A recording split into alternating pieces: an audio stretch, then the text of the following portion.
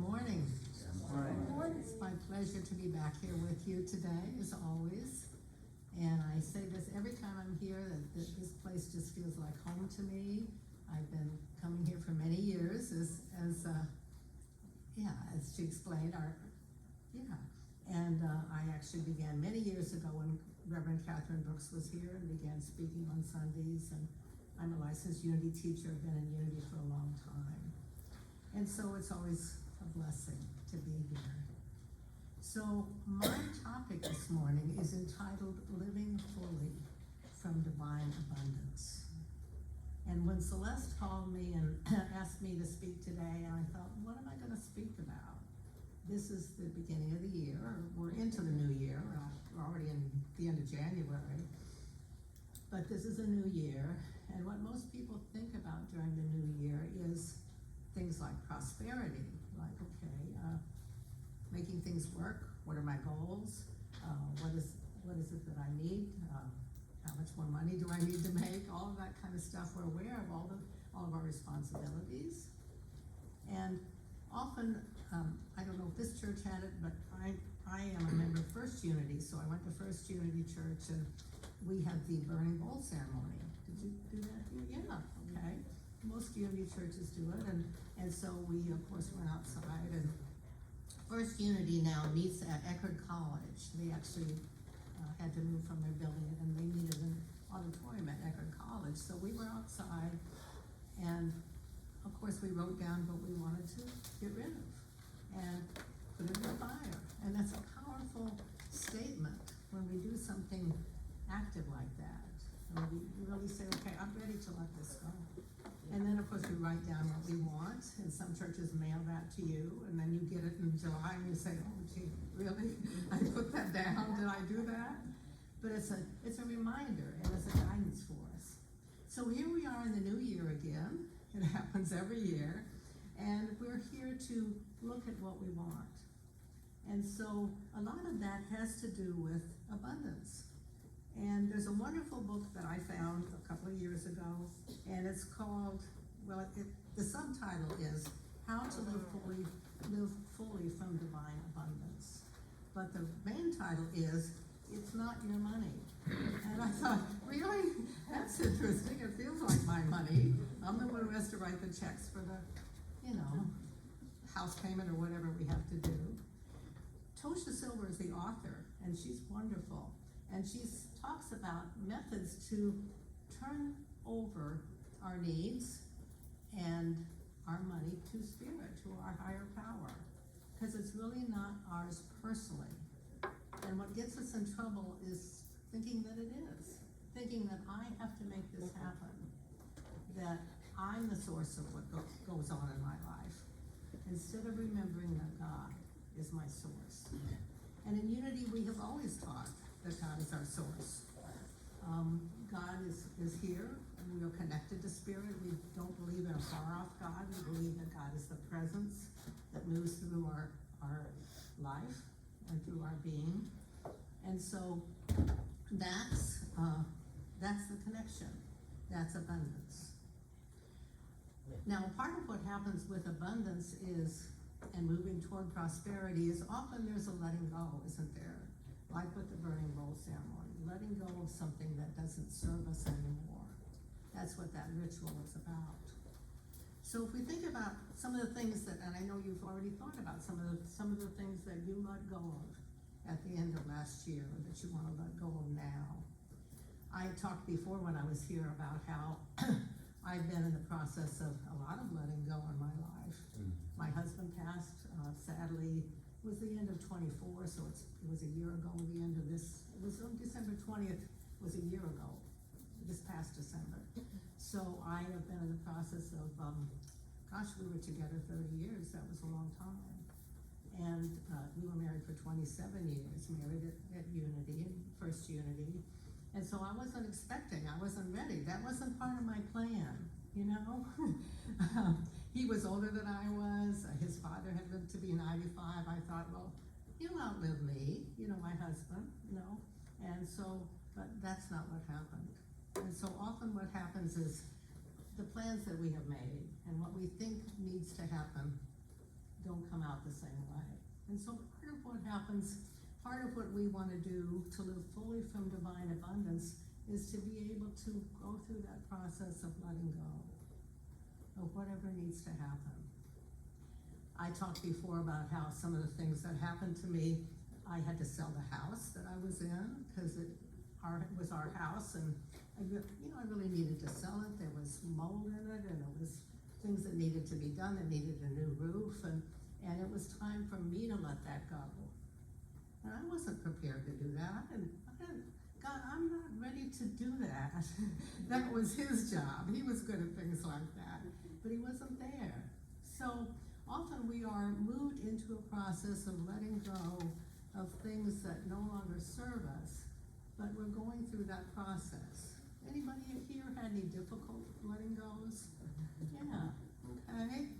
So you don't have to raise your hand, but you know what's happened. Yeah, so there's been some difficulty. Letting go is not easy. Letting go of the past, moving forward, doing the things that we need to do. So I worked with a realtor. She helped me to show the house so it could be sold. But I had to get everything out of the house. And I said, what? Everything? That's what they do now when they sell houses. If anybody's sold a house lately, you have to have everything out so that her photographer could come in and take pictures of the bare walls. But it made the house look better and bigger. So I had to get rid of everything, and I had to find a way to do that. And what I noticed though was that the money tended to show up. My husband had a stamp collection, and I was able to sell some of that, and that helped to pay people to come in, and I hired a dumpster, and one of my neighbors, this young man, 24 years old, strong, came and just got things and put it in the dumpster and threw it out. And it's like, really? And so most of those things then disappeared. And so I had to go through that process, and that wasn't easy for me. Now, my husband really liked to hold on to things, so I know that would be, had he been the one in charge, that would have been very hard for him to let that go. But that was part of what I had to do. And so gradually the things were given away, or they were put in storage, but mostly they were given away. Now I've even gotten rid of the things in storage, because that wasn't practical to keep that. And so there's a process of doing that is part of often the process of receiving. You ever notice it works together, giving and receiving? Yeah.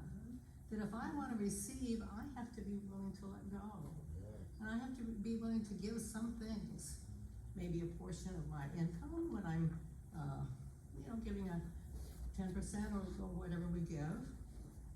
There's a process of giving in order to receive, in order to accept prosperity. But there's also a process of letting go, often physical things. So thinking of your own life, what are the things that over time you have been letting go of? Maybe not just last year, but throughout your life. We all have periods of time when we do that. Letting go of relationships, houses, friendships, work situations. All of us have done that as part of moving forward.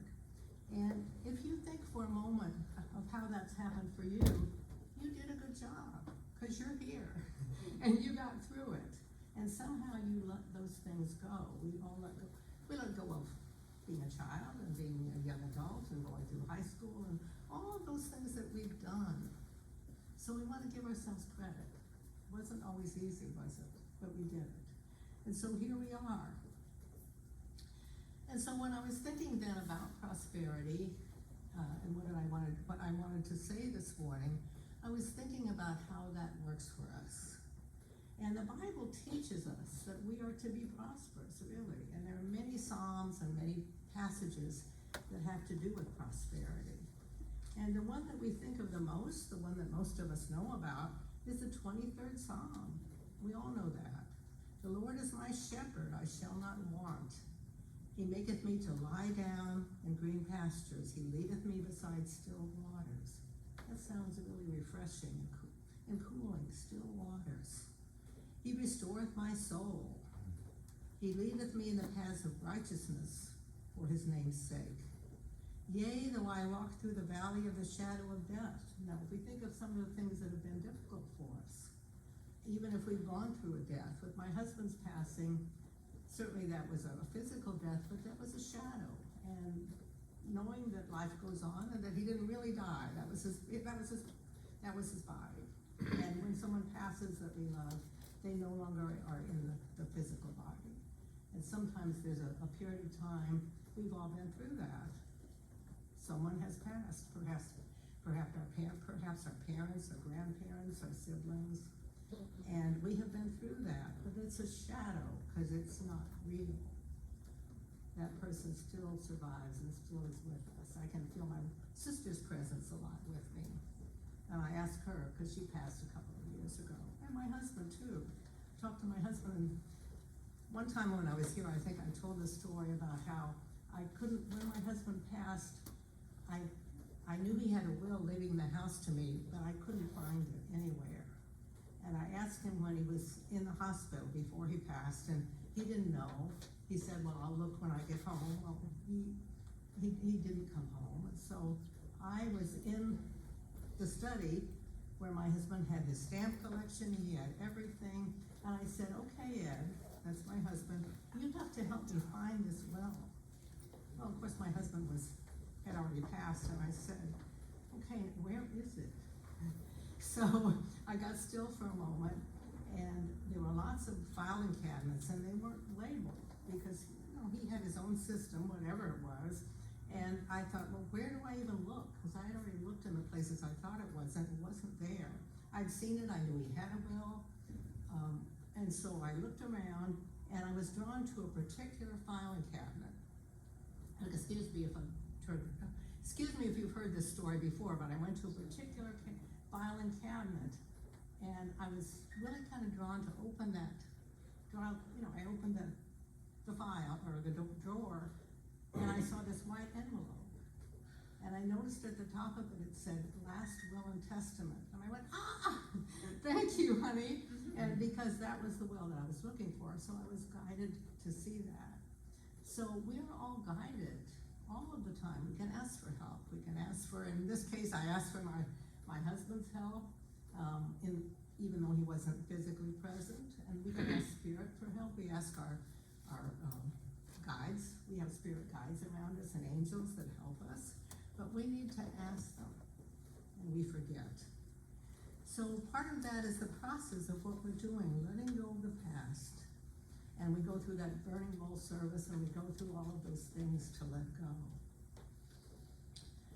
Now, Tosha Silver says, and as I said, the title of the book is It's Not Your Money, and she's emphasized your.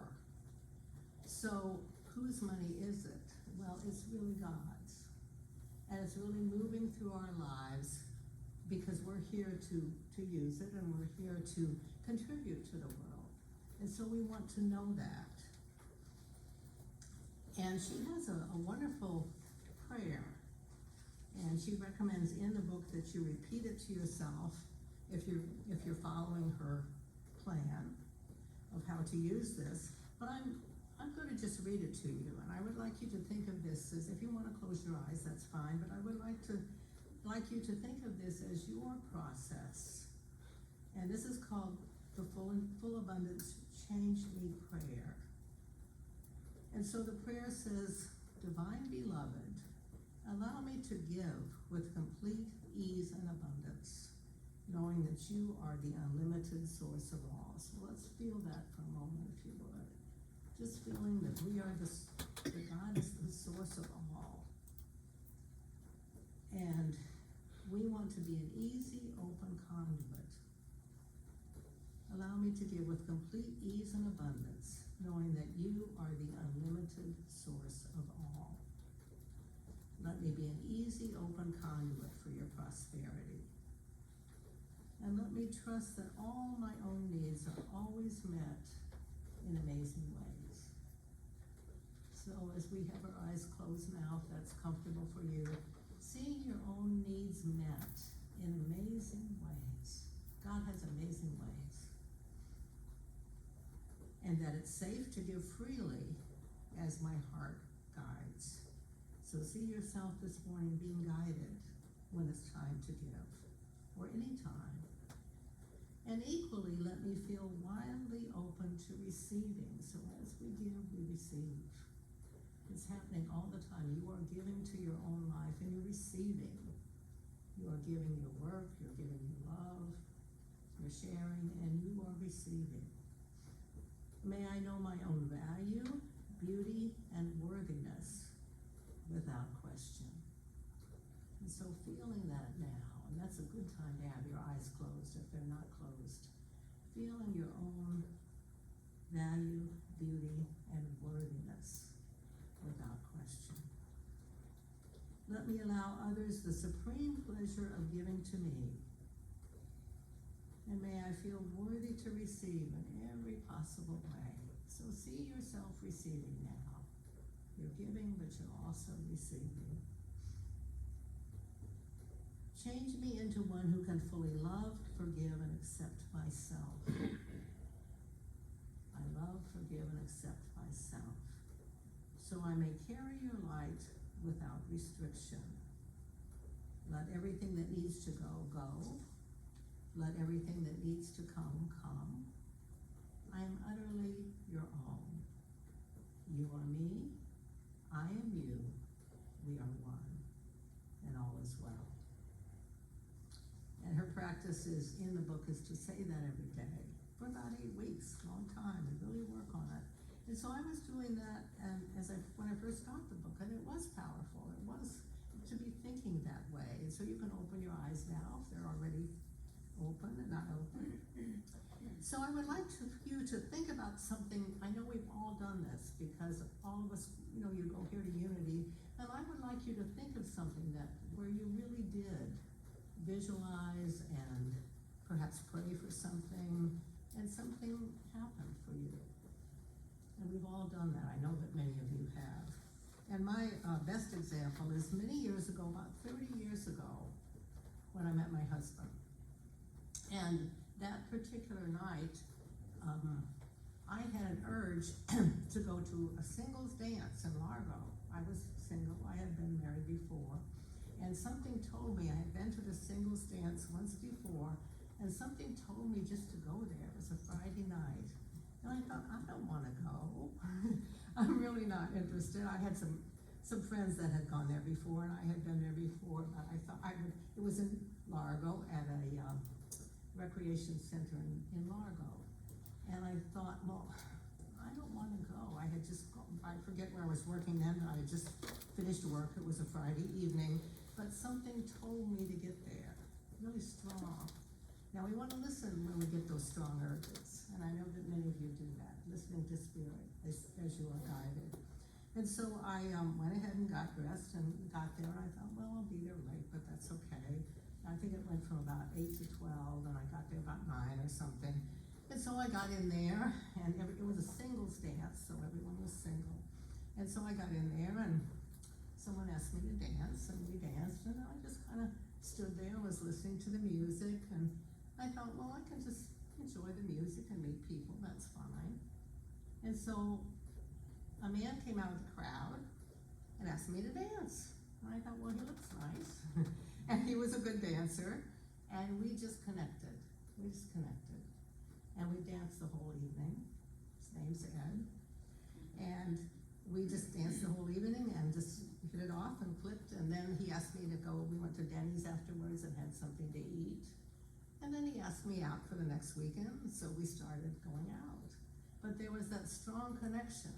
Now, what he told me later was that he had been going to that singles dance for a while, and he had decided that if he didn't meet someone he liked that evening, he was not going back. Well, had I not shown up that night and listened to my guidance from Spirit to say, get yourself over there, I would not have met him, because he wasn't coming back. So that's how Spirit works. We want to listen, especially to those strong urges that we get, those strong feelings of guidance, because we are all connected to Spirit. And if we think of the important people in our lives, the important event in our lives, events, those do not happen by accident. God is in charge. like Tosha Silver says, it's not your money, but it's also not your life. I mean, we are connected to spirit, and we are being guided every day, but we want to listen to that. And I know that many of you do that. You know how to do it. So the Bible tells us how to do that. My story about selling my house, I did sell it. Everything was taken out of the house, and my realtor worked closely with me, and we got lots of offers on the house, actually, and we got people seeing it. And then what happened was my next door neighbor, they actually offered more money, and they purchased the house. So that happened. That was unusual. And then I had to begin to really move forward. And so my realtor looked for a place for me to live, because I thought, now what do I do? I sold the house, and that worked. It was a lot of work. And so then what happened was my realtor found a condominium in an over 55 area, a one-bedroom condominium, after looking at many others, and I was drawn to that. And she had walked me through that as I was able to purchase that from the proceeds, part of the proceeds from the house. So all of that worked out. So I'm there now, but it's been a big adjustment. And my cat's adjusting well, although she slipped out one night, I got her back. So thinking of how that works and how change happens, that when we want prosperity and when we want abundance and we want growth, it's also change, isn't it? And something is going to be released.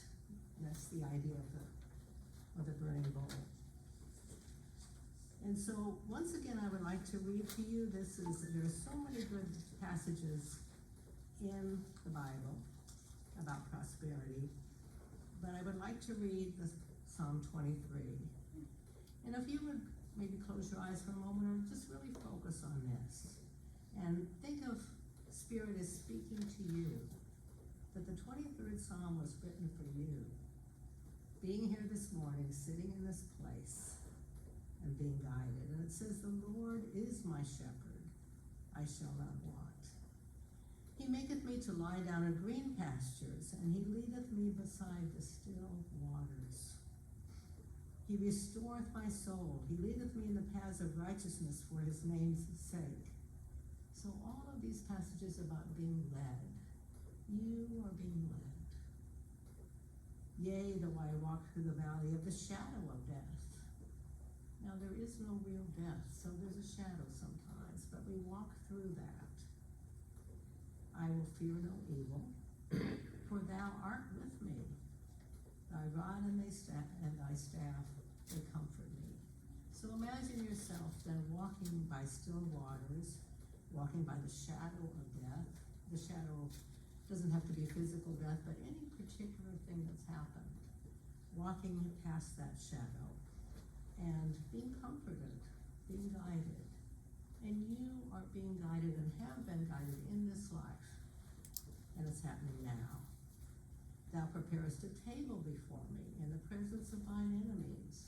So even if it looks like things aren't going well, or there are things that are difficult, that you are being prepared, you are being provided for. Thou anointest my head with oil. And that was something that was done for kings. If you were a king, you would be anointed for that purpose. And you are anointed to be in this life, your purpose. My cup runneth over.